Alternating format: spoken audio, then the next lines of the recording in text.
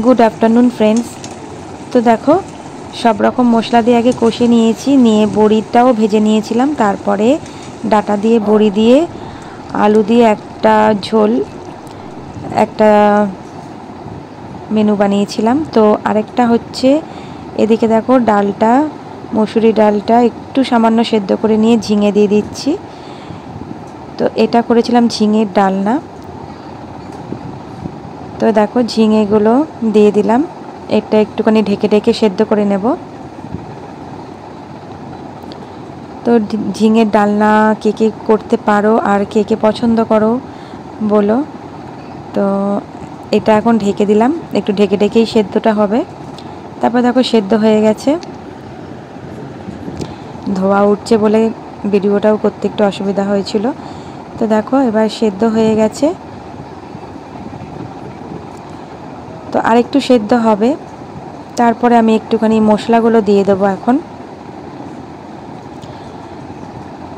তো দেখো সব রকম মশলা, জিরে, ধনে, হলুদ, লঙ্কা, তারপরে নুন সব একসাথে দিয়ে দিলাম কটা কাঁচা লঙ্কা।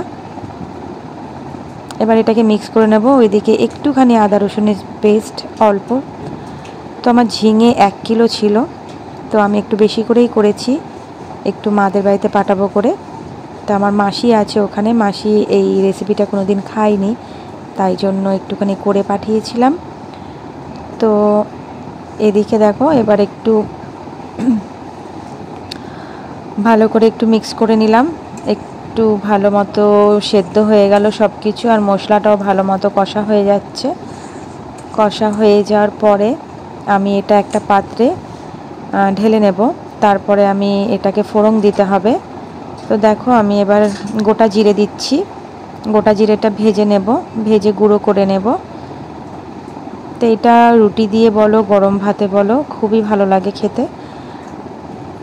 তো দেখো এটা আমি ভালো করে ভেজে নিয়ে এখন এটা আমি রুটি বেলার বেলন দিয়ে আমি এখন এটাকে ইয়ে করে নিলাম, বেটে নিলাম। তারপরে দিলাম শুকনো লঙ্কা, তারপরে ফোড়নে যাচ্ছে এগুলো, শুকনো লঙ্কা, পেঁয়াজ। তো তারপরে দেবো এইগুলো একটুখানি লাল লাল হয়ে যাবে। তারপরে আমি ওই গুঁড়ো জিরেটা যেটা ভেজে নিয়েছিলাম, গোটা জিরে যেটা ভেজে নিয়েছিলাম ওইটা দিয়ে দেবো এর মধ্যে। এই দেখো দিয়ে দিলাম। দিয়ে দেওয়ার পরে আমি এটাকে ভালো করে মিক্স করে নেব। মিক্স করার পরে আমি ডালনাটা, ঝিঙের দিয়ে ডাল দিয়ে যেটা করেছিলাম ওইটা আমি এর মধ্যে দিয়ে দেব। তো এটা খুবই ভালো লাগে খেতে। তো এই রেসিপিটা আমি আমার শ্বশুরবাড়িতে এসে শাশুড়ির কাছেই শিখেছিলাম। তো এটা আমার মারা পারে না, মানে আমি শিখিয়েছি যে এরমভাবে করবে, এখন করে। তা এই দেখো এটা এখন তেলের উপরে আসবে, তারপরে আমি নামিয়ে নেব।